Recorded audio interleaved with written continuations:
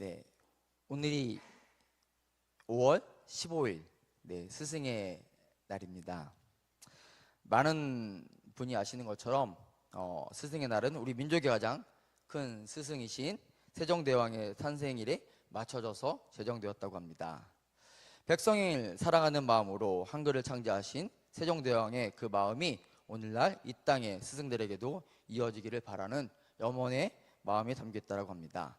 심리학자들은 한 인간이 온전하게 성장하기 위해 필요한 것이 단 한 사람의 지지자라고 꼽습니다. 부모님이 우리 생명의 근원이라면 스승은 그 생명이 거친 바다에서 길을 잃지 않도록 비추는 등대와도 같을 것입니다. 히브리어로 가르치다라는 단어인 라마드는 단순히 지식을 전달하는 것을 넘어서 훈련하다, 자극하다라는 의미를 품고 있다고 합니다. 즉 진정한 스승은 제자의 머리에 지식을 붓는 사람이 아니라 제자의 가슴에 불을 지피고 잠든 영혼을 깨우는 사람일 것입니다. 만약 지식만 전달하는 것이 목적이라면 오늘날 AI와 같은 그 자리를 대신할 수 있겠으나 삶의 방향을 제시하고 고난의 자리에 함께하는 등대 역할은 오직 인간 스승만이 할 수 있는 영역이라고 할 수 있을 것입니다. AI가 너무나도 뛰어났죠. 저도 최근에 들어서 이제 챗GPT 한테 물어보면 내가 앞에 물어봤던 것하고 연결해서 답을 주는데 너무나도 이러한 선생님은 없겠다 하는 생각이 들 정도입니다. 우리 성도님들께서도 마음속 깊은 곳에 자리 잡은 스승님이 계십니까? 저에게도 마음 깊은 곳에 감사가 있고 보고 싶은 선생님들이 계십니다. 저를 무척 또 아껴주셨던 초등학교 6학년 때 담임 선생님이 기억납니다. 네, 여자 선생님이셨죠. 네. 그리고 중학교 1학년 때는 국어 선생님을 하셨던 조기동이라는 선생님이 성함이 생각이 납니다. 또한 그리고 고등학교 3년 내내 저희 동기들을 가르쳐 주셨던 이영표 선생님이라고 계십니다. 네, 이 자리를 빌어서 이영표 선생님께 정말 진심으로 감사의 말씀을 드립니다. 네, 동명이인 아닙니다. 이영표 장로님을 말씀드린 겁니다. 무엇보다 지금의 저를 있게 한 것은 교회 선생님들이었다고 생각합니다. 철없던 시절 저를 교회에 뿌리 내리게 도와주셨던 임정희 선생님, 그리고 그분과 부부의 연을 맺으시고 5, 6학년 시절 저와 동기 남자들을 지도해 주셨던 허진영 선생님이 기억이 납니다. 임정희 선생님은 이제 결혼 전에 이제 미스로서 저희들을 3학년, 4학년 때 가르치셨거든요. 근데 어느 날 갑자기 결혼을 하신다는 거예요. 근데 이제 그분이 아까 말씀드렸던 나중에 5학년, 6학년 이제 결혼하셔가지고 저희를 가르쳤었는데 거의 떡두꺼비 같은 그런 인상의 남자분이셨어요. 그래서 사실 많이 속상했었습니다. 왜냐면 제가 지금 해보니까 개인적으로는 그냥 그 선생님이 이성적으로 여자로서는 가장 처음에 마음에 담았던 선생님인 것 같다, 그런 생각이 들었어요. 근데 이제 어느 날 이제 정말로 키도 작으시고 얼굴도 그냥 그러시고 그런 분이 갑자기 그 선생님하고 결혼한다니까 마음이 상했었던 그런 기억이 있습니다. 그 선생님 그러나 저희 5학년, 6학년들이 얼마나 잘 가르치시고 정말 열정을 다해서 저희들 가르치셨는지 정말로 지금도 제가 간혹 가다가 연락을 드리긴 합니다만 연락이 끊긴 지가 한 3, 4년 정도 된 것 같습니다. 그렇게 이분들이 신앙의 밑거름이 되어주셨기 때문에 저는 나름 잘 자랄 수 있다라고 생각이 듭니다. 지식이 아니라 사랑을 먹여주셨던 그분들이야말로 제 인생의 진정한 라마드였습니다. 최근 25년 교육부 조사에 따르면 우리 청소년들의 희망 직업 순위가 나타났습니다. 한번 자료 보여주시겠습니까? 네. 작년에 이제 조사했던 내용들인데요. 초등학교의 경우 1위는 운동선수로 나타났습니다. 작년에 이어서 똑같이 운동선수죠. 그리고 2위는 의사, 3위는 크리에이터, 그 다음에 4위가 교사, 5위는 요리사 순으로 조사되었습니다. 그리고 중학생들은 1위가 교사이고 2위가 운동선수, 의사, 경찰관, 간호사, 요리사 순으로 나타났습니다. 고등학생들은 역시 크게 다르지 않지만 1위는 교사, 2위가 간호사, 3위가 생명과학자 및 연구원, 4위가 보건의료 분야, 기술직, 5위가 경찰관, 6위 군인, 7위 회사원 순으로 현실에 좀 더 가까워지는 듯한 느낌이 들긴 합니다.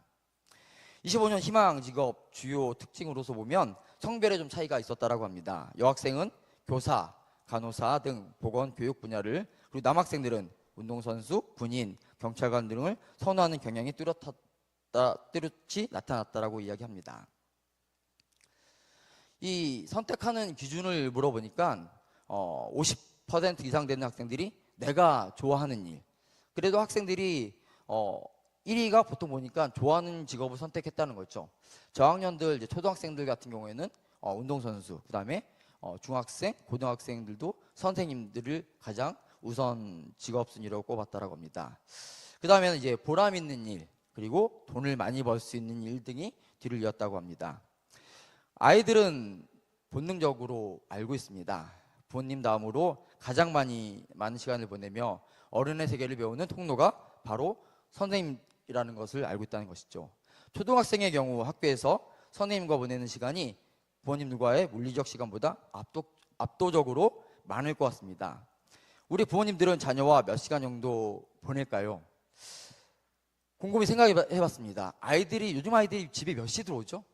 모르긴 몰라도 보통 이제 저학년 같은 경우에는 그래도 3, 4시면 오는 것 같아요. 물론 이제 또 학원 가고 어디 뭐 방과후 가고 하면은 더 늦게 오기도 하지만, 그래서 실질적으로 부모님과 이제 자는 시간 빼면 3시간, 4시간?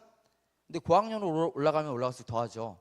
이 아이들이 보통 요즘에는 10시, 11시 정도 돼야지 집에 온다고 합니다. 근데 이제 이게 또 강남으로 가면 더하겠죠. 정말로 강남으로 가면 아이들 주말에나 얼굴을 볼 수 있다고 합니다.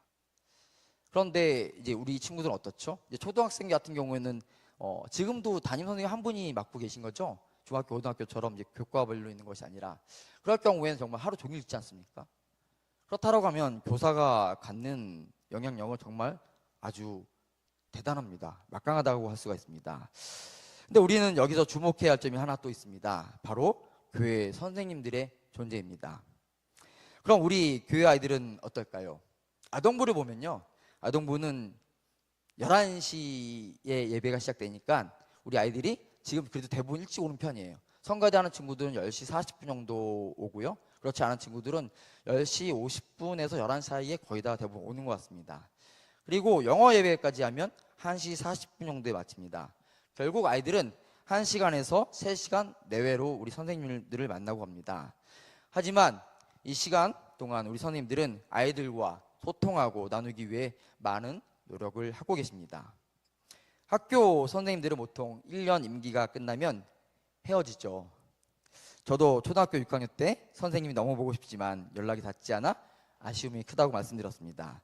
하지만 교회는 다릅니다. 교회는 신앙의 영속성이 있습니다. 제가 이영표 선생님을 만나기 싫어도 만날 수밖에 없잖아요. 그죠? 물론 좋은 관계여서 너무나도 행복하지만 말입니다. 교회에서는 선생님이 가르쳤던 주일학교 아이가 자라서 함께 교사로 봉사하기도 합니다. 나은이 같은 경우도 그렇죠. 나은이 같은 경우도 가르쳤던 제자인데 같은 이제 선생님, 같은 레벨이 된 거죠. 진우도 마찬가지고요. 이렇게 교회는 교사가 다시 제자들과 함께 봉사를 하기도 합니다. 또한 제자가 훗날 장로님이 되어 선생님들과 함께 교회를 치리하기도 합니다. 일주일에 겨우 1시간에서 3시간 만나는 짧은 접점 같지만 그 시간 동안 전달되는 것은 세상의 학문이 아니라 영원한 생명이기에 그 영향력은 학교 교육보다 훨씬 강력하고 지속하다고 말할 수 있습니다. 아멘. 감사합니다. 제가 만약 목사가 안 되었더라면 지금도 아동부 교사를 하고 있을 확률이 매우 아주 큽니다. 그러면 제가 가르쳤던 딸이기도 하지만 사엘, 그리고 무경이, 지수, 나은 이런 친구들과 같이 교사를 하는 것입니다. 어느 직분이나 역할이 중요하지 않겠습니다만은 아이들에게 있어 교사는 매우 중요한 역할입니다. 오늘 본문 제목은 본을 보이라입니다. 어떻게 본을 보이겠습니까? 갈라디아서 6장 6절, 성경은 가르침을 받는 자는 말씀을 가르치는 자와 모든 것을 함께하라고 권면하고 계십니다.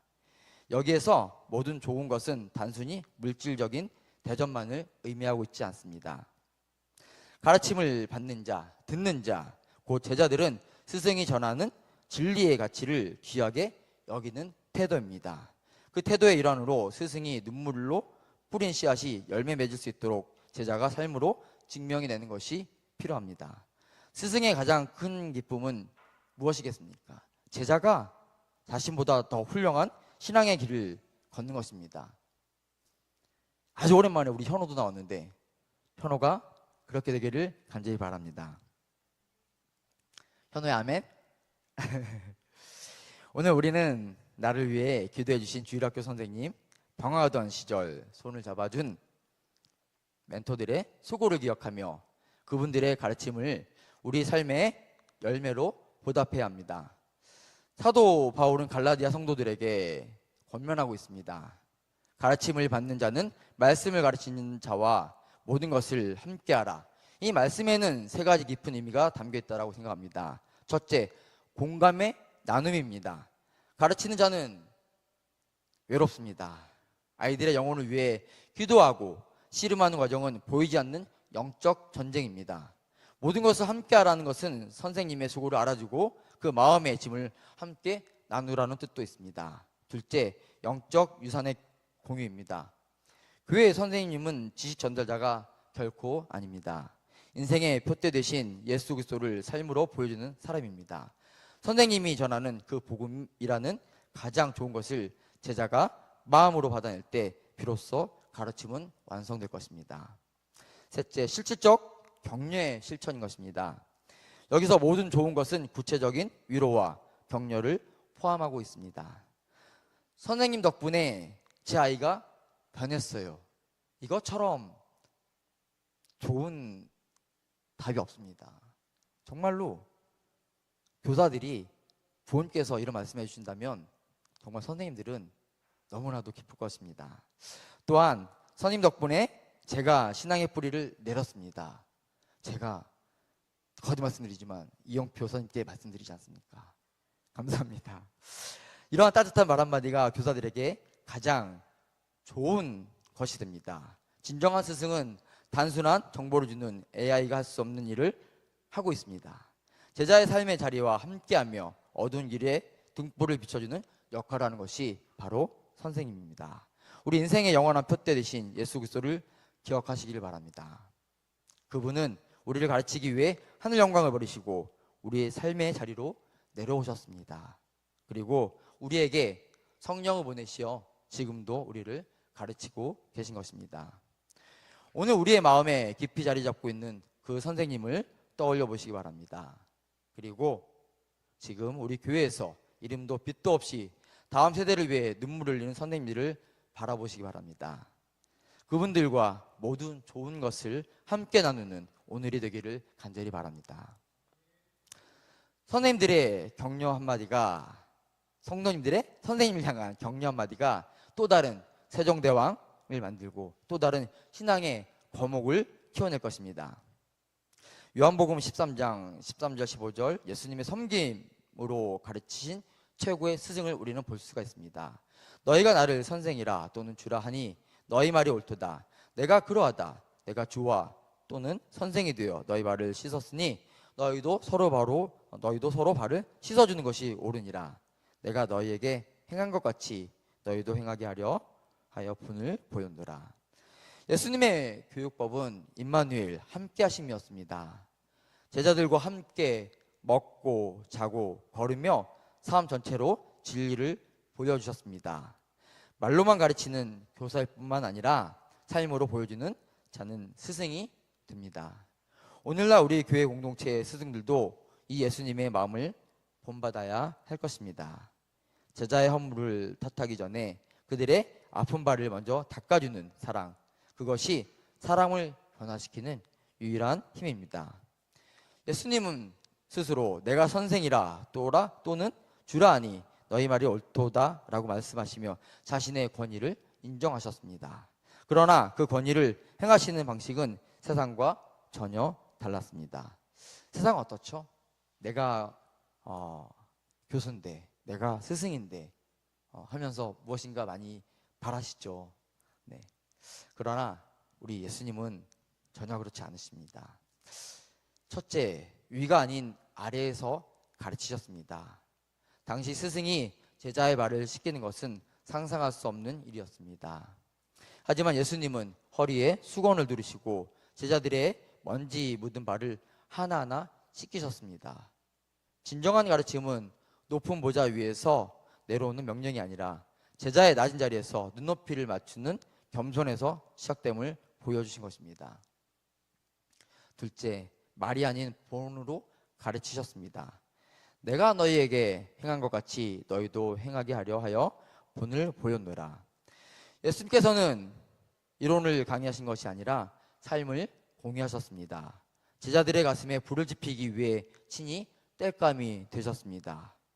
우리 교회 선생님들이 아이들을 위해 토요일부터 기도하며 공과를 준비하고 주일에 아이들의 이야기를 들어주며 소통하는 그 수고가 바로 예수님의 본을 따르는 행위입니다. 셋째, 지식이 아닌 사랑으로 심으셨습니다. 발을 씻기신 행위는 단순한 세척이 아니라 제자들의 허물과 연약함까지 품으시겠다는 사랑의 확증이었습니다.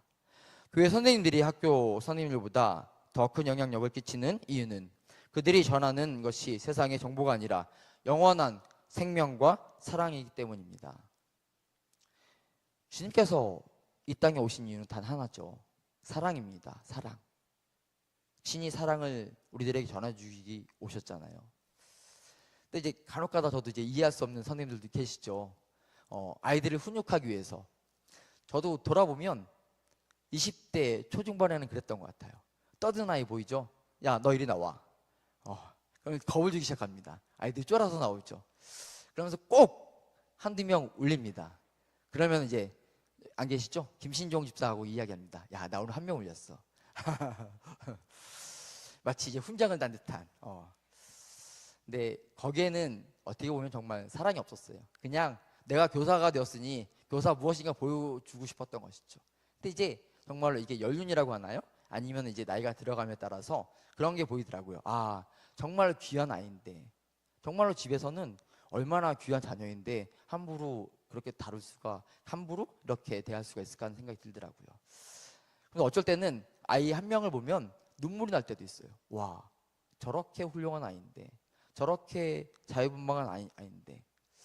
대표적인 아이들이 또 나와 있잖아요. 현호도 정말 굉장히 그렇습니다. 옛날 같았으면 거의 죽었습니다, 사실. 근데 지금은 정말 한 명 한 명이 너무나 사랑스럽고요. 왜 그럴까요? 예수님의 눈으로 보기 때문에 그런 것 같아요. 우리 인생의 영원한 표대 대신 예수님은 지금도 우리를 섬김으로 가르치고 계십니다. 그리고 그 예수님의 마음을 품고 우리 아이들을 섬기는 귀한 선생님들이 우리 곁에 계십니다. 어디에 계시죠? 베델교회에 계십니다. 비록 아동부 예배 1시간에서 3시간 짧은 만남이지만 그 짧은 접점 속에 담긴 선생님들의 눈물과 기도는 아이들의 영혼에 평생 잊히지 않을 영적 이정표가 되기를 소원합니다.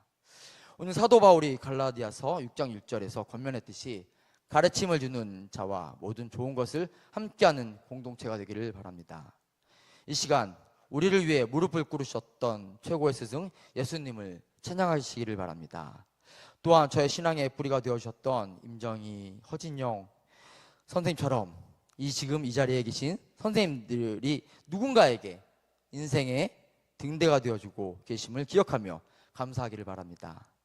우리 모두가 서로의 발을 씻겨주는 제자이자 스승이 되어서 이 땅에 예수님의 사랑을 가르치는 복된 교회가 되기를 주님의 이름으로 축원합니다. 바울에게는 디모데가 있었고 엘리야에게는 엘리사가 있었습니다. 신앙은 전수되어야 합니다. 스승의 날은 단순히 과거를 추억하는 날이 아니라 나 또한 누군가의 영적 스승이 되어야 함을 깨닫는 날인 것입니다. 부모는 가정의 스승입니다. 교사는 다음 세대의 운명을 쥐고 있는 영적 파수꾼인 것입니다. 우리가 받은 사랑과 가르침을 다음 세대에게 흘려보내지 않는다면 신앙의 맥은 끊어지고 맙니다. 우리가 받은 그 사랑의 빛을 이제는 우리의 제자들, 자녀들에게 갚아야 합니다. 오늘 말씀과 같이 진실한 마음으로 제자들과 함께한 영화가 있었습니다. 바로 제가 고3 때 상영되었던 죽은 시인의 서회입니다. 주인공이었던 키팅 선생님, 로빈 윌리엄스는 이미 돌아가시긴 했죠. 세상을 떠났지만 그 당시 우리에게 주었던 메시지는 너무나도 울림이 컸습니다. 카르페 디엠은 이 영화 죽은 시인의 사회를 통해 전 세계적으로 가장 유명해진 라틴어 격언 중 하나이라고 합니다. 이 말은 직역하면 오늘을 붙잡으라는 뜻이라고 합니다. 오늘을 붙잡으라. 키팅 선생님이 아이들에게 카르페 디엠을 외치게 한 이유는 아이들이 부모의 기대나 미래의 성공이라는 감옥에 갇혀 오늘이라는 하나님의 선물을 누리지 못하고 있었기 때문입니다. 진정한 스승은 아이들에게 나중에 훌륭한 사람이 되라고 말하지 않습니다. 대신 너는 지금 이 순간 이미 소중한 존재이며 지금 내 곁에 있는 사람과 내게 주어진 삶에 최선을 다하라고 가르칩니다. 오늘날 어떻습니까? 정말 우리는 나중을 위해서 이 자녀들이 좋은 대학 또한 좋은 직장을 가기 위해서 오늘을 불모로 삼고 아이들을 학원으로 보내고 정말로 그냥 흔히 사회말로만 뺑뺑이를 돌립니다. 그 아이들이 행복할까요? 그 아이들이 어떤 생각을 갖는지 진지하게 얘기 나눠보셨나요? 우리 아이들이 정말로 소중한 데 반해서 부모의 욕심으로 그 아이들을 세상의 기준으로 가르치고 키우는 것은 아닌지 돌아보셨으면 좋겠습니다. 물론 그렇다라고 모든 것을 포기하라는 말씀은 아닙니다. 하지만 우선시돼야 할 것이 분명히 있습니다. 하나님 말씀이 들어가셔야 되고요. 그리고 그 아이들이 정말 무엇을 원하는지 대화도 나눠보셨으면 좋겠습니다. 살아가면 살아갈수록 부모와 자식 간의 대화가 없잖아요. 저 역시 그냥 부모님하고 식사하는 자리에서 그게 대화가 단 것 같아요. 어찌 보면 초등학교 때 자녀들과 나눴던 대화가 다일지도 모르겠습니다. 초등학교 때 나눴던 대화가 100이라면 중학교 때 50으로 줄어들겠죠. 고등학교 가면은 20으로 줄어듭니다. 대학교 가면 10으로 줄어들죠.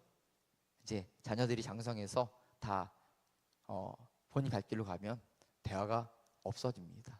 단절됩니다. 우리들은 정말로 주님의 말씀 앞에 설 때 힘이 생깁니다. 주님의 말씀으로 아이들을 양육하시고요. 주님의 가르침으로 함께 하시기를 간절히 바랍니다. 예수님께서 제자들의 발을 씻기신 것도 훗날의 영광을 위해서가 아니라 바로 그 순간 제자들을 끝까지 사랑하셨기 때문입니다. 우리 교회 학교 선생님들이 아이들에게 전해야 할 카르페 디엠은 무엇이겠습니까? 그것은 지금 여기에 너와 함께 하시는 하나님을 만나자는 초대인 것입니다.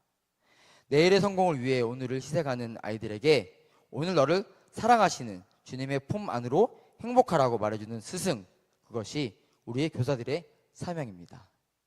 기도하시겠습니다.